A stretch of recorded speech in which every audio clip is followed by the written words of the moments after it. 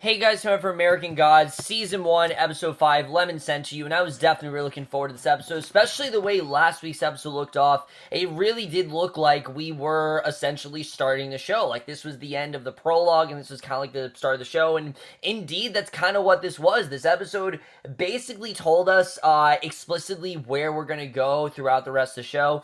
And I will say this was probably my least favorite episode so far because it was very exposition heavy, but it does very well show us where we're going from here and what actually is going on in this show, which, I'm always up for. I like that they did explain what's going on here. I think it definitely was a really great episode. I definitely did like what we got going on here, and I think definitely this is setting up some very potentially interesting stuff. But let's just get into this episode because there definitely is quite a lot to talk about. And once again, we go back to Mr. Ibis, and I loved this story here.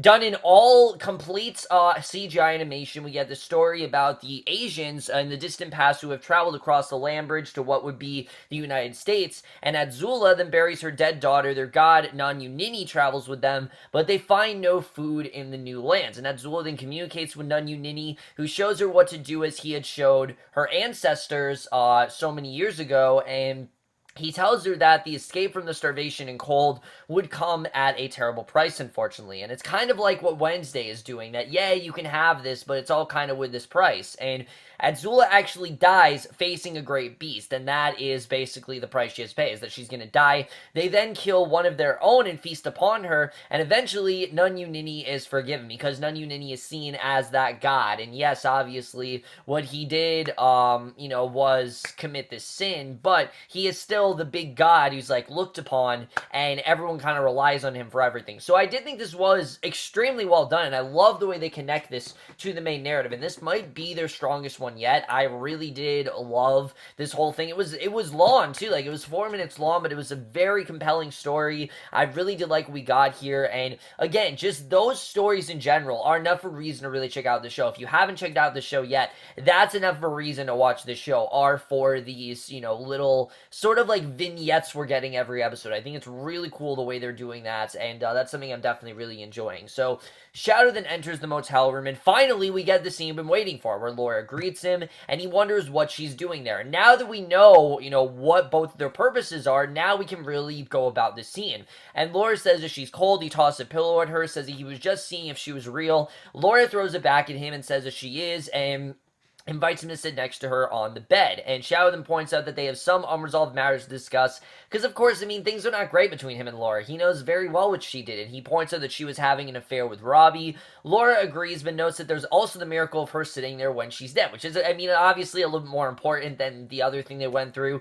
And he sits down and tells her to start talking, tell her when to stop. Laura says that she wasn't lying to him when she said that she could wait for him. She explains she waited 13 months, and she turned to Robbie after her cat died. She was just kind of tired of waiting, and Laura assures Shadow that she wouldn't have left him for Robbie, and she gave Robbie a goodbye blowjob on the night that he died, basically just for that, to say goodbye. And she wanted Robbie to know that it wasn't just, that it was just a runtime thing. And Robbie then swerved, and the car crashed, and that's essentially, what caused it. And after that, she died, came back and found herself in a box, and she asked for a cigarette, and as Shadow leaves, Laura still sees him in this golden light, and we don't really know what that whole golden light's about. I kind of saw it as, that's her love, she saw it as, this is still the person she's supposed to love, and there's a lot of great visual touches in this scene, such as Laura, smoking a cigarette and no actual smoke coming out, because of course she's dead. She has no breath, really. It definitely does show that she is very well dead. Yes, she is back, but she is essentially a living corpse, and nothing more than that. I think that's something that this episode very well did show.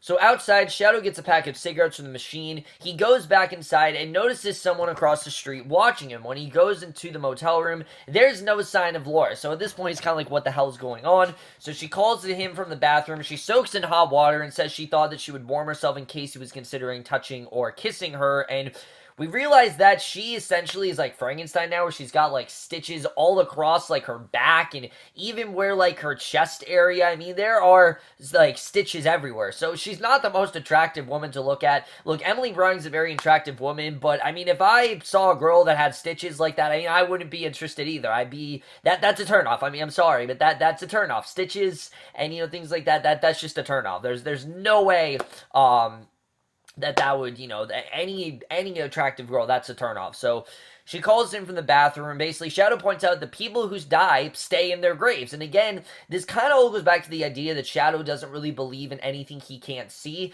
so he doesn't really understand the idea. He can't really conceive it, but Laura knows that may not be the case, obviously, because she is here, so there's not really much he can do about that. So a crow then flies to Wednesday's room.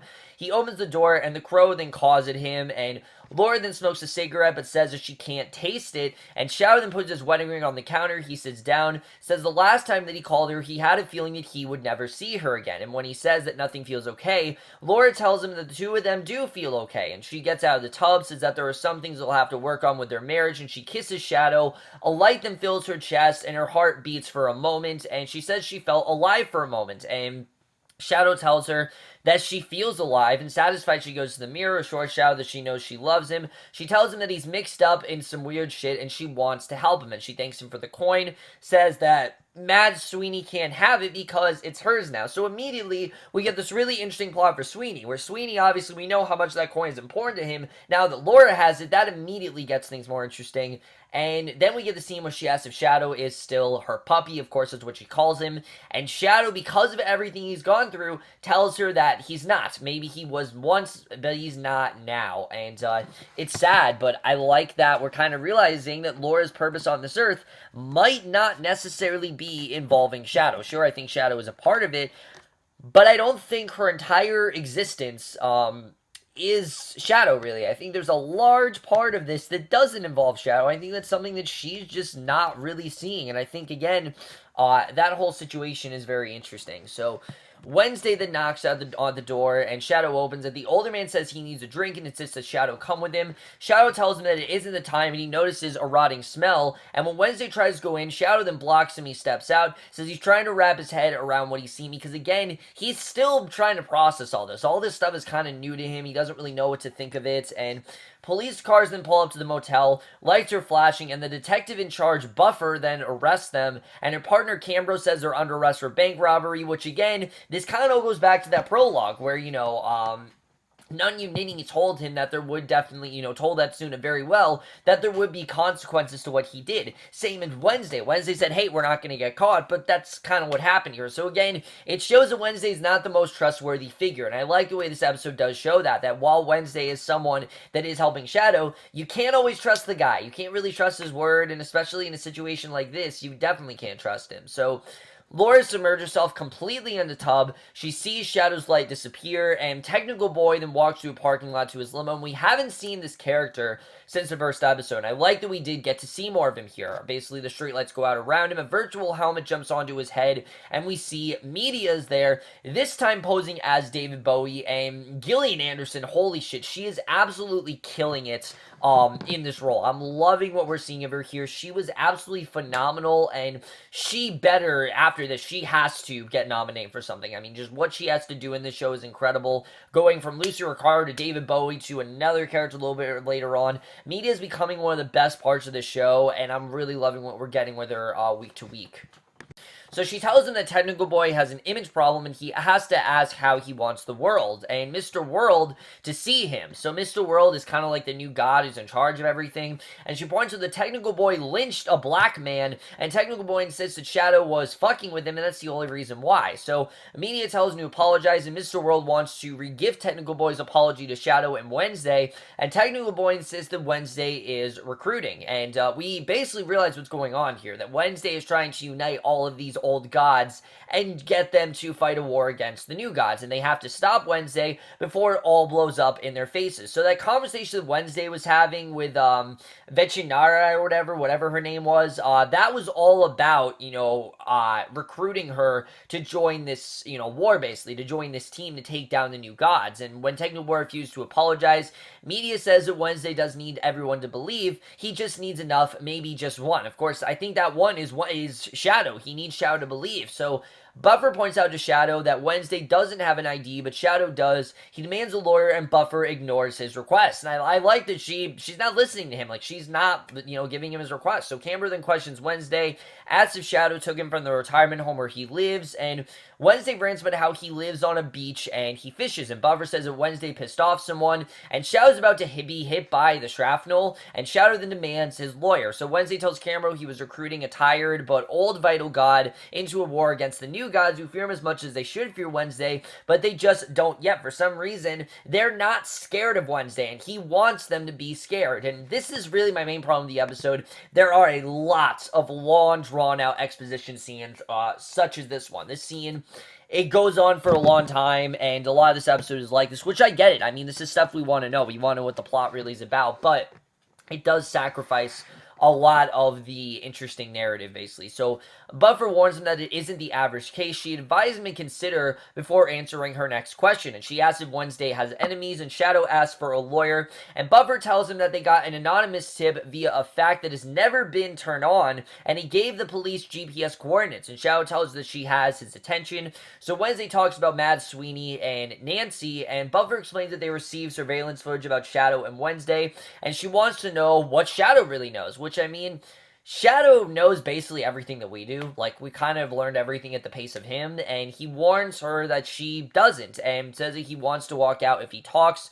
So he suggests that the DA might look sympathetically as Shadow since he lost his wife recently, and he does chuckle, and of course that being because his wife isn't actually dead. So we then get this amazing scene with Laura that I absolutely loved. If you guys didn't realize what Laura's purpose is going to be on the show yet, this scene very much confirms it. She gets out of the tub, puts on her clothes, and Sweeney then breaks into the room, demanding Laura's coin. We already know that she said that this is her coin. He sees it through her mouth, deep in her stomach, and of course, he's the reason that she's back. Like, he's responsible for it, and Laura then flicks him across the room with one finger, says that it's her coin, and he insists that it's his, and Laura then breaks his hand, says that Shadow gave it to her. The leprechaun says that he gave the wrong coin to Shadow, and Laura breaks his finger, steps on his hand, literally just by, like, flicking him, and she then demands honest answers and asks how Sweeney met Shadow. Sweeney says that Wednesday told him to go to a bar and pick a fight with Shadow to see what he was made of, and Laura lets Sweeney up. He says that Wednesday is a god. He tells Laura that Shadow shouldn't trust Wednesday, and offers her hundreds of coins just as good for the one that he has. So even though he doesn't want Laura to, he doesn't want Shadow to trust Wednesday, he essentially does the same exact thing to Laura. Why? Because the gods are very selfish and they want to be in control and they want to make sure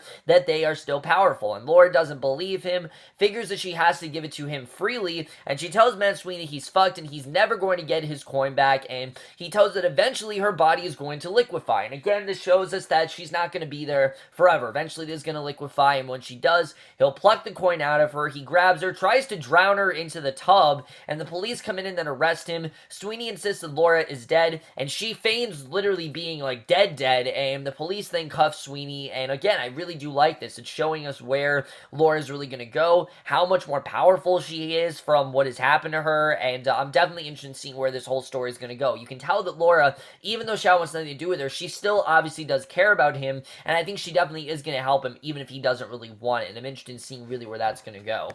So Buffer then brings Shadow into Wednesday's interrogation room and admits that Shadow is loyal. I mean, Shadow, despite the fact that he's wanted nothing to do with Wednesday, he's done everything Wednesday has told him to do at this point. So she tells them to talk about what they need to talk about, and then she wants to hear about it. And Wednesday says he has nothing to talk about. She shows him the satellite photographs, and they still don't talk, and Buffer then leaves. A spider picks Wednesday's handcuffs, and Wednesday tells Shadow that the photographs are a particular god's eye's view of the world. And the spider then opens the handcuffs, and Wednesday tells Shadow that it's a friend of his, and Shadow then grabs him, realizes that someone big is after Wednesday, and he's obviously afraid of them. Now, he doesn't know who this could possibly be, but whoever it is, Wednesday is terrified of. So as Shadow demands to know who Wednesday is, they hear screaming outside. Wednesday tells him that Shadow doesn't want to let them see his face until he's ready to be seen, and we see media floats in, this time as Marilyn Monroe. And again, Gillian Anderson, holy shit that she have it down. I mean, I literally felt like Marilyn Monroe was right in that room. She did an incredible job here, and Shadow realized that it's the same entity he saw as Lucy in the department store. And Wednesday says that they have no business with her again because she is a new god. He wants nothing to do with her. And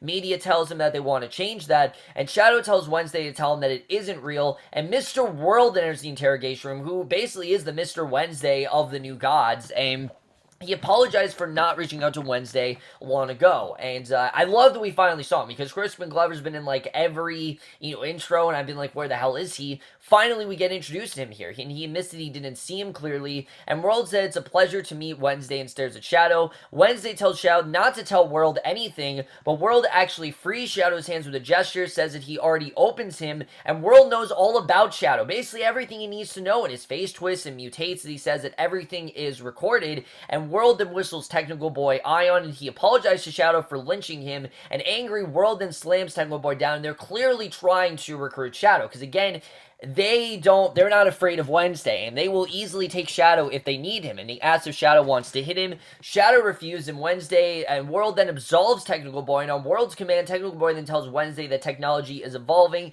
and it would be an honor to evolve with Wednesday. Wednesday obviously is not in favor of that at all. Media agrees, and World says that they're not going to fight. He insists that they really were never at war, and he proposes a merger, and he says that he's getting better every year on his own, and World agrees that he deserves to be seen and incorporated. And the older man asks what happens if they don't agree, and World figures that he's just an individualist, and he says that it doesn't exist and everything is ultimately a single product manufactured by a single company for a single world. And he tells Media to show them. Media takes the remote. She plays a video of an Odin satellite that will be launched over Korea and rain down guided missiles, which is insane to think about, but that's essentially the vision that's going to happen, that there are going to be all these missiles and that Wednesday essentially is going to end the world. So he slams his hand on the table, ending the vision, says that he's an irritant, and if he wasn't, then they wouldn't be there. And Wednesday figures that they're trying to cover him over with something smooth and then want to exile him because, again, he's just not safe. He's screwing everyone over. They want to get him out of there. He says that he and his kind gave people meaning while the new gods just kind of occupy people. They're just kind of there to provide for their needs. Like, Media's just there when you need someone to watch. Technical Boy's just kind of there when you need to do something. I mean, they're not really there for meaning-wise. They're just kind of there for people, just little simple pleasures in life and just little mundane things. And World says that Wednesday can give it to them again. He says that he should leave on a good line, and Media agrees. Technical Boy then points out that World has Wednesday but keeps letting him go, and World says he's giving Wednesday opportunity to consider. He says that Wednesday has knowledge and wisdom that Technical Boy will never have, and he deserves respect, and Technical Boy then laughs, says to fuck respect, and Media then blows him a kiss, knocks out the two of them with her teeth, and tells Shadow to tell the story however he likes or not tell it at all. World says he's not their enemy, and then he leaves. And just from this scene, yes, it was a very long exposition scene, but again, it's expository dialogue that we needed. We now know what's going on here, that clearly these gods, they want to recruit Shadow. They want to make sure that Shadow is on their side. You're better with us, we'll provide for you. While Wednesday isn't in favor of that. He wants the old gods to remain in power because that's where they were. They're supposed to be in power, and he doesn't want these new gods to take over, and I really do love the way they're setting up this story.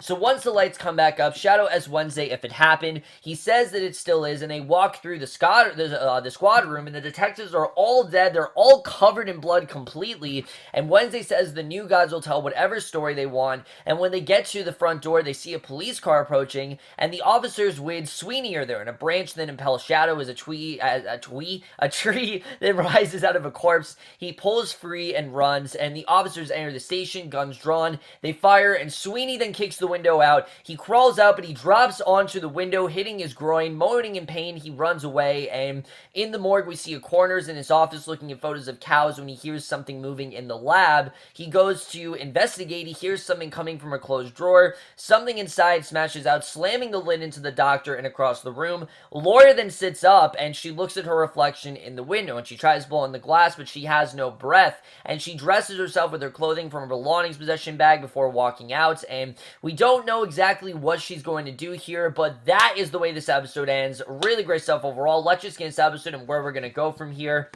So, wow, really, I mean, what a revealing episode this really was. Basically, after weeks of anticipating, we now know basically all there is to know, that essentially what's going on here is that these gods have returned because they want to remain in power and, take that from the new gods. The new gods are kind of there, and Wednesday feels like they're not really taken as seriously. Like, they're just kind of there, for, they're just kind of there because, they want to remain in that godlike status and they want to be there for people's needs and provide for them. So I think definitely you can understand why Wednesday does want to unite all of these gods against each other. I think it's very interesting where that's going to go. Definitely, I think overall that whole story I definitely am getting very interested in. I think definitely that it makes a lot of sense what's going on here, and especially with Shadow. The real story is, how does Shadow fit into all this? I mean, does he really want to be a Wednesday, who we already know is kind of screwing him over, and he almost got him in jail, which Wednesday, which Shadow just got out of. But Wednesday is also the reason why Shadow was out of jail, but he also could be the reason why Shadow went to jail in the first place. So there's a lot of trust issues with Wednesday, and I think Shadow's just kind of like, where the hell do I fit into all this? I mean, again, Shadow's just like the normal one here. What the hell is he supposed to do? How does he fit into all this? I think is very interesting. But I'm also very interested in the character of Technical Boy. Technical Boy, to me, seems like wants to replace Wednesday. He wants to be in Wednesday's position, and World is showing him, no, we need Wednesday. This is why we need him in this world, because he is still Odin, and they do still need to use him, to be subservient and things like that. They need him for their own needs, and obviously Wednesday isn't really willing to adhere to their policy. He doesn't really care about their demands. He just kind of wants to unite the old gods. But I think, again, it's a very interesting story. I'm interested in seeing really where that's going to go, and it makes sense why 2 weeks ago we had the scene with Media where she asked Shadow to unite with her. Now it makes sense where that is really going, and I really am loving what we're getting with this story. I think overall this is just really compelling so far, and I think, again, it really does enhance the tension here. But the other really interesting stuff going on is with Laura. As we know, Shadow's kind of shut her out of his life. He doesn't really want anything to do with her because, I mean, why does he want her there? I mean, this is his dead wife who cheated on him. What the hell does he want to do with her? But it seems that she's not taking no for an answer. There's a lot more to it,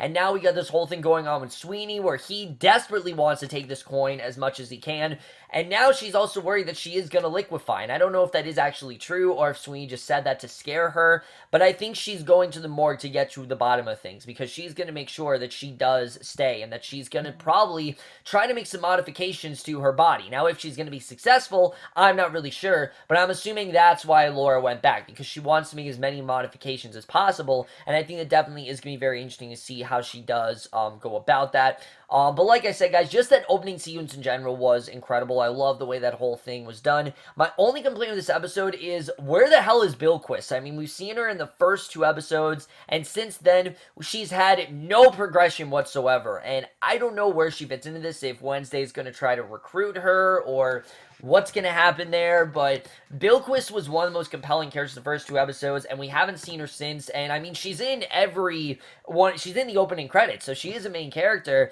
I don't know where the hell she is, but they haven't really been using her as well as they should. I've liked what we've seen of her so far. I think she's a badass, but where is she, honestly? I want to see more of this character of Bilquis. I think she's really a phenomenal actress, and I hope that we do see more of her, so we'll have to see really the way that's going to go. Overall, guys, like I said, there was a lot of expository dialogue here. It did kind of lower the episode for me, and it did lower the tension, but it was dialogue that we needed to hear. We've wanted to know what's going on in the show for a while, and now that we know what's really going on, the plot can officially start. I really did enjoy this episode overall. I'm definitely going to give American Gods Season 1, Episode 5, Lemon Scented You, a 4 out of 5 or a B+. So for guys, my review of American Gods, and those guys thought this episode overall, left your thoughts in it. I really am enjoying the show so far. Sadly, we only have 3 episodes left this season, which is crazy. This show is just moving by so fast, but, so many episodes are doing, like, that 8-episode tactic, which I understand. I mean, it really does make for less, filler TV. It really does help that very much, but that's my review. Hope you enjoyed them. You guys thought this episode overall, left your thoughts in it, and we'll see you guys in my next video, which will be for the series premiere of the new ABC show, Still Starcross, and I will see you guys for that. Okay, bye.